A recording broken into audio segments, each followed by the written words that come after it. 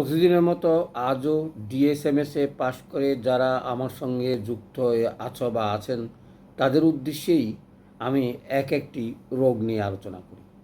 তার কারণ হচ্ছে রোগের নাম দৃষ্টে অতি সহজে ওষুধ প্রয়োগ করা, যদিও সেটা হোমিওপ্যাথিক বিরুদ্ধ। চলে আসি কেন তাড়াতাড়ি ওষুধ প্রয়োগ শিকার।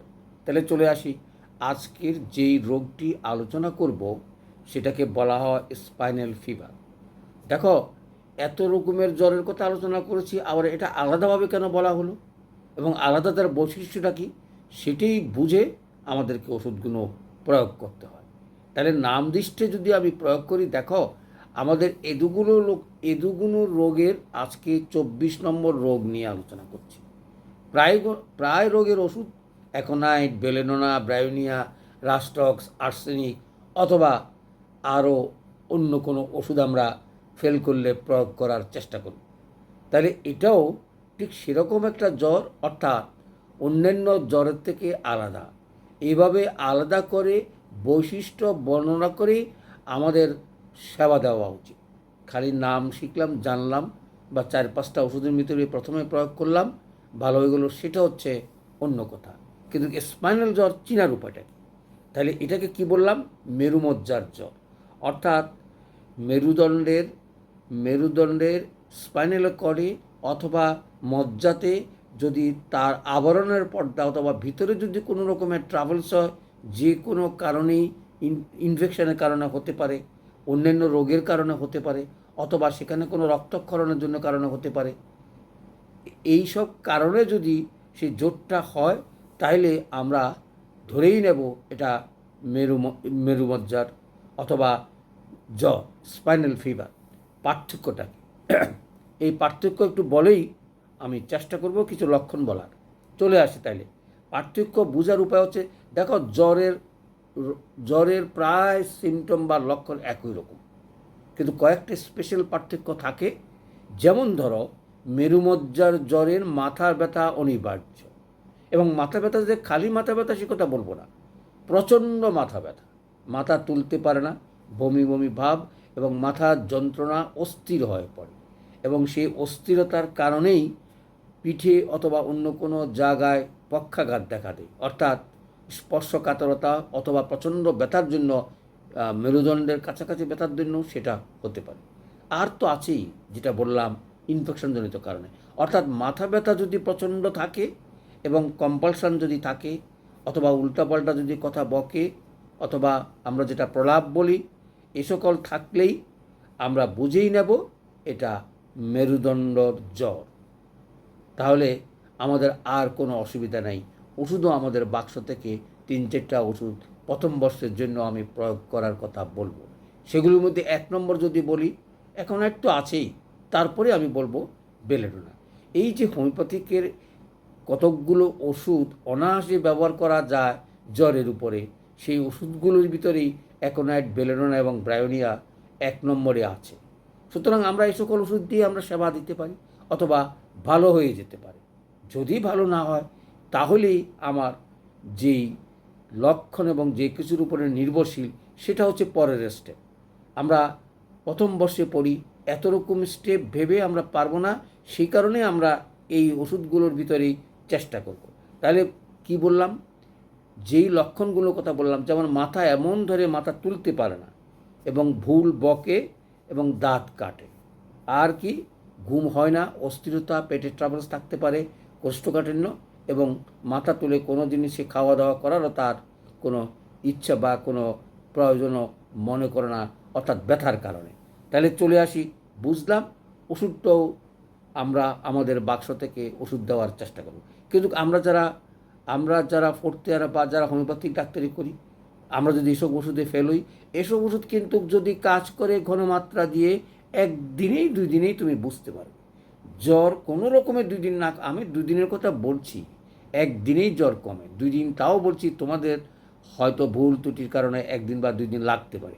2 দিনেই জ্বর যদি না কমে, বুঝবে তোমার ওষুধ সিলেকশান হয় নাই, অথবা ওষুধের সঙ্গে রোগের অথবা লক্ষণের তারতম্য পার্থক্য হয়নি। সেই লক্ষণগুলো মিলিয়েই আমাদের ওষুধ দেওয়া উচিত বলে আমি মনে করি। আমরা তো মেরুদণ্ডের জ্বর, স্পাইনাল ফিভার অমুক কিছু আলাদা করে ওষুধ দিব না।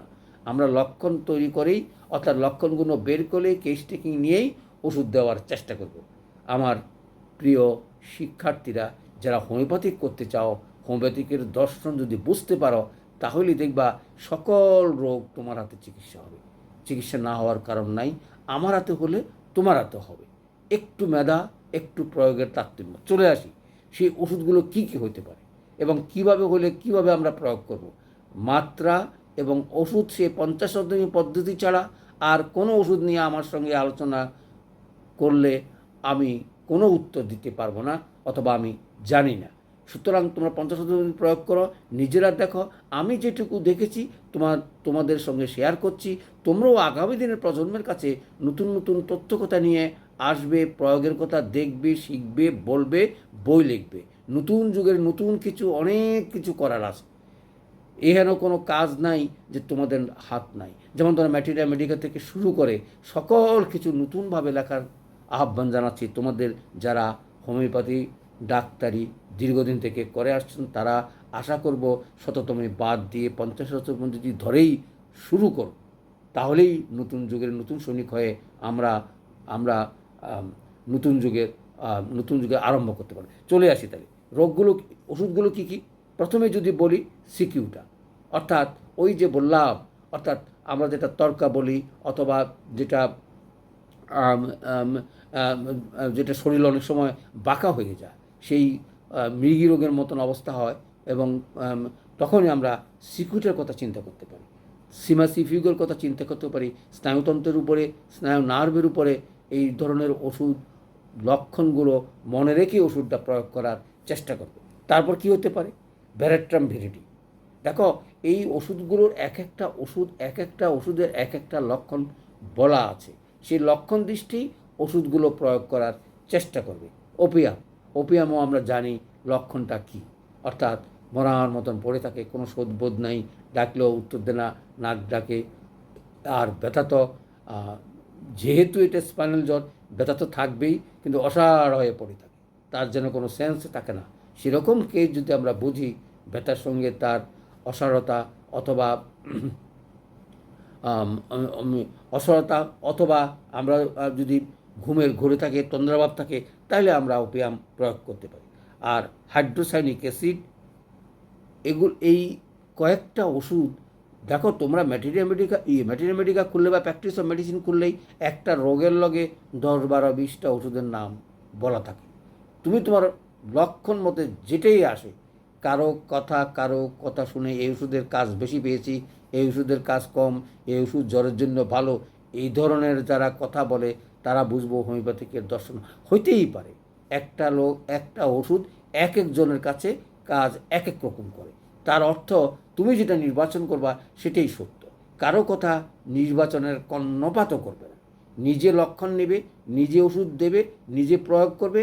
1 দিনে বা 2 দিনে প্রয়োগ করার পর বুঝতে পারবে তোমার সিলেকশন রাইট অর রং। বইতে মুখস্থ বিদ্যা, এই ওষুধ দাও, এই ওষুধ দিলে ভালো হবে, এইরকম শিক্ষা হোমিওপ্যাথিক দেয় না। অর্গানন দেয় তোমাকে নিজে পরীক্ষা করে ওষুধ প্রয়োগ করতে, অর্থাৎ লক্ষণ মতে লক্ষণ সমষ্টি দিয়ে, অথবা মায়াজমেটিক ট্রিটমেন্ট যখন তুমি করবে তখন।